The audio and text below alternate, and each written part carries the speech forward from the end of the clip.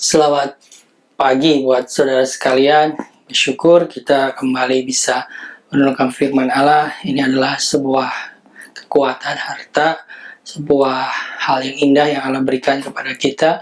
Kekuatan yang berupa firman yang menguatkan batin kita, ya roh kita, jiwa kita untuk menghadapi semua yang sedang kita hadapi hari ini. Mari kita berdoa terlebih dahulu. Bapa di surga, kami terus belajar untuk bersyukur dalam keadaan yang sedang Kau tempatkan kami.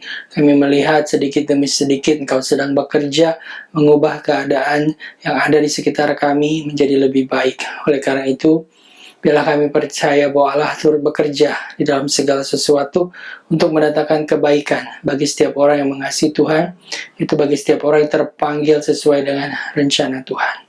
Bapa surga, biarlah sebentar firman boleh diberitakan. Kami berdoa biarlah Roh Kudus bekerja dalam pemberitaan firman ini, sehingga apa yang kami beritakan bukanlah pikiran manusia, tetapi kuatan Roh Kudus yang boleh diberitakan. Dalam nama Yesus, kami berdoa, mengucap syukur. Amin. Ya saudaraku, kita akan kembali terus berbicara mengenai pengharapan. Dan hari ini kita akan berbicara bahwa setiap makhluk itu mengharapkan adanya pemulihan dari keadaan dunia ini ya. Jadi kita akan melihat bahwa kejatuhan Adam dan Hawa itu tidak berdampak hanya kepada pribadi Adam dan kepada pribadi Hawa, tetapi kepada tatanan dari dunia ini, dan itu berubah karena kegagalan mereka. Kita akan membaca hal ini dalam kisah kejadiannya. Di dalam Kejadian pasal ketiga dengan perikop yang berjudul manusia jatuh ke dalam dosa. Ya, kita tahu ya bahwa akhirnya mereka gagal dengan memakan buah yang dilarang untuk dimakan. Nah, kita akan melihat beberapa akibat kutuk yang diberikan Allah kepada manusia dan iblis dan kepada tanah dan sebagainya. Tapi kita akan fokus kepada beberapa saja.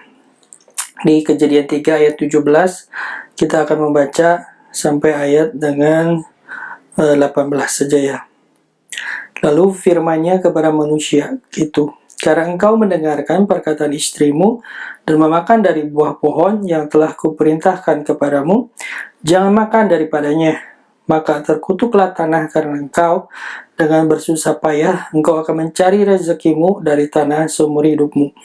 Semak duri dan rumput duri yang akan dihasilkannya bagimu, dan tumbuh-tumbuhan di padang akan menjadi makananmu.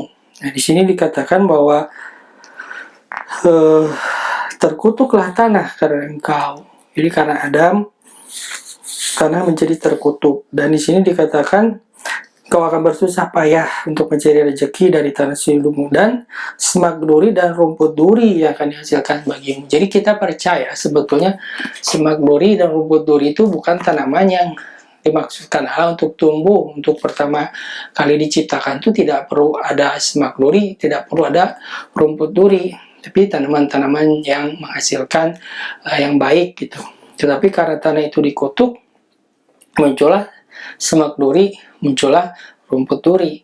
Jadi kalau kita sampai hari ini masih bisa melihat adanya semak duri dan masih ada rumput duri di muka bumi ini, itu terus memberi kita suatu gambaran ini bahwa tanah ini masih dalam keadaan yang tanda kutip terkutuk ya, belum mencapai pemulihan yang seutuhnya.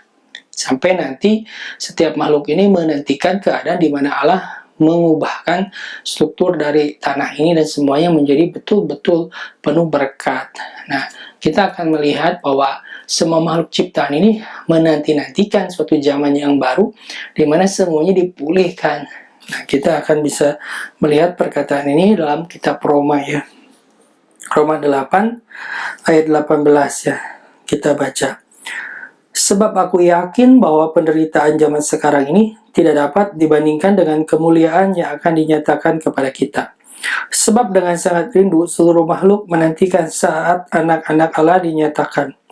Karena seluruh makhluk telah ditaklukkan kepada kesia-siaan, bukan oleh kehendaknya sendiri, tetapi oleh kehendak Dia yang telah menaklukkannya. Tetapi dalam pengharapan, karena makhluk itu sendiri juga akan dimerdekakan dari perbudakan kebinasaan dan masuk ke dalam kemerdekaan kemuliaan anak-anak Allah.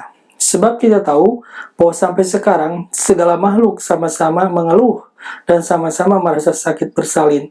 Dan bukan hanya mereka saja, tetapi kita yang telah menerima karunia sulung roh, kita juga mengeluh dalam hati kita sambil menantikan pengangkatan sebagai anak, yaitu pembebasan tubuh kita. Jadi Paulus menggambarkan keadaan di mana kita mengalami dunia yang ada penderitaan zaman sekarang ya, ada penderitaan. Lalu di sini dikatakan makhluk-makhluk itu ditaklukkan kepada kesia-siaan.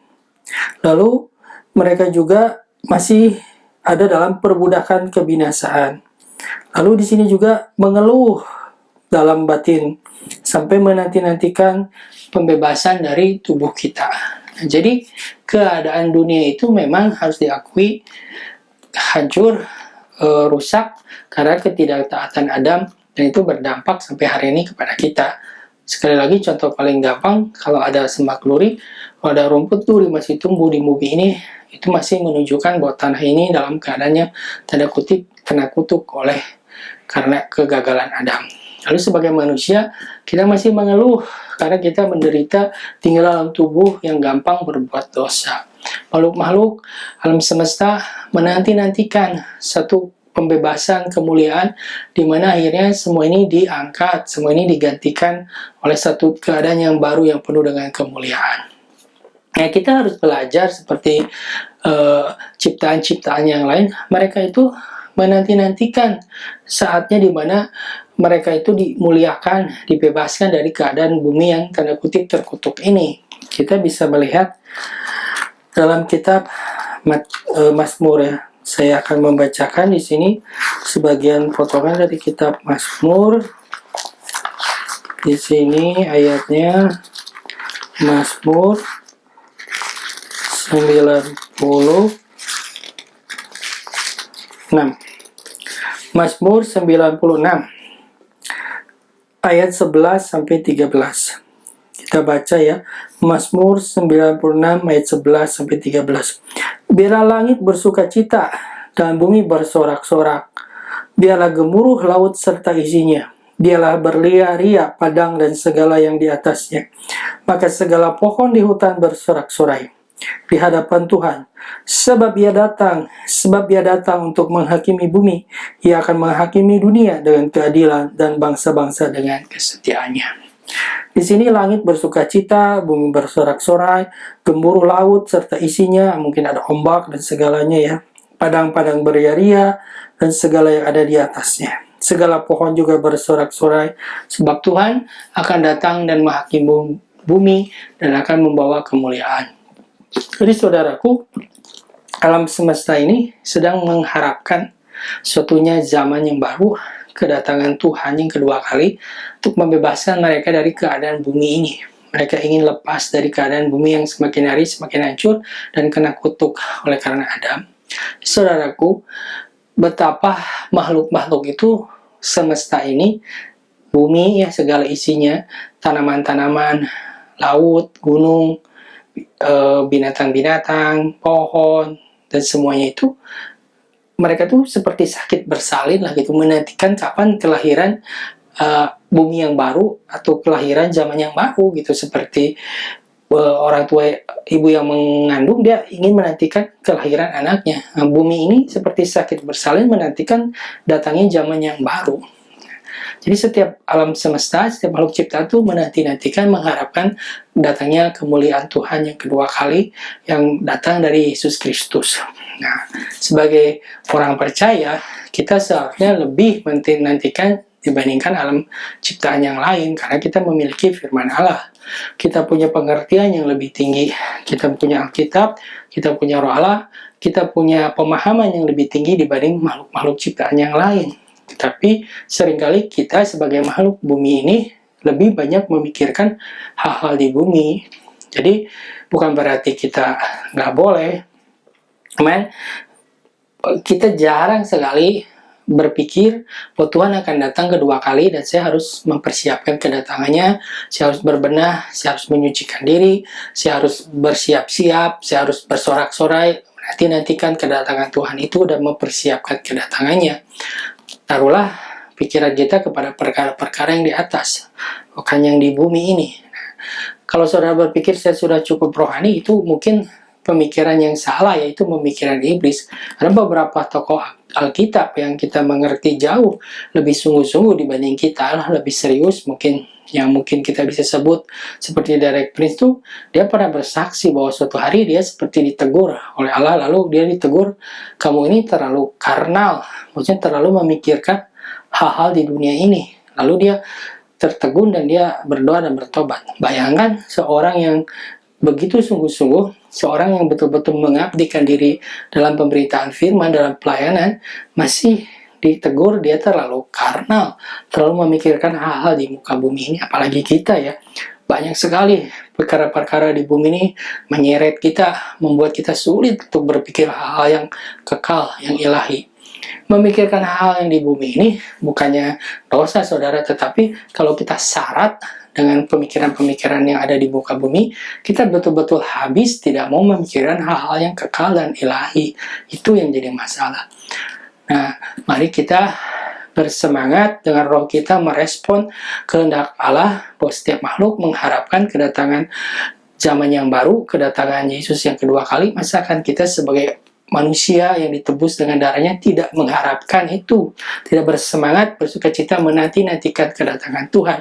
Dan saya berharap saudara saya menanti-nantikan dengan bersemangat, bersukacita, mempercepat kedatangan Tuhan, dan kita menanti-nantikan di mana anak-anak Allah dimuliakan, kita dibebaskan dari tubuh kita yang penuh dengan daging dan dosa ini.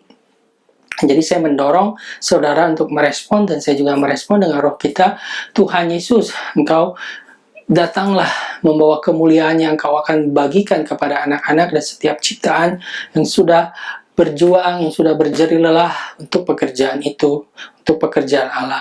Saudaraku, biarlah kita dikuatkan, dibebaskan dari pemikiran-pemikiran yang hampa, yang sia-sia di muka bumi ini, kepada suatu pengharapan kemuliaan yang akan datang, yang akan Yesus berikan kepada makhluk-makhluk ciptaan dan orang-orang yang terpanggil dalam rencananya untuk berbagi kemuliaan dengan Dia. Mari kita mempersiapkan diri dan bersemangat bersyukur buat rencana Allah yang indah ini. Mari kita berdoa. Bapa, kami mau belajar menerima ketetapan Allah bahwa Engkau akan memuliakan bumi dan segala isinya dan setiap makhluk ciptaan dengan kedatangan Yesus yang kedua kali. Biarlah pikiran kami tidak syarat dengan perkara-perkara di bumi dan segala jerih lelah, segala perkara-perkara yang membebani ini, dan berlomba-lomba ke dalam panggilan surgawi ini. Dalam nama Yesus kami berdoa, kami ucap syukur. Amin.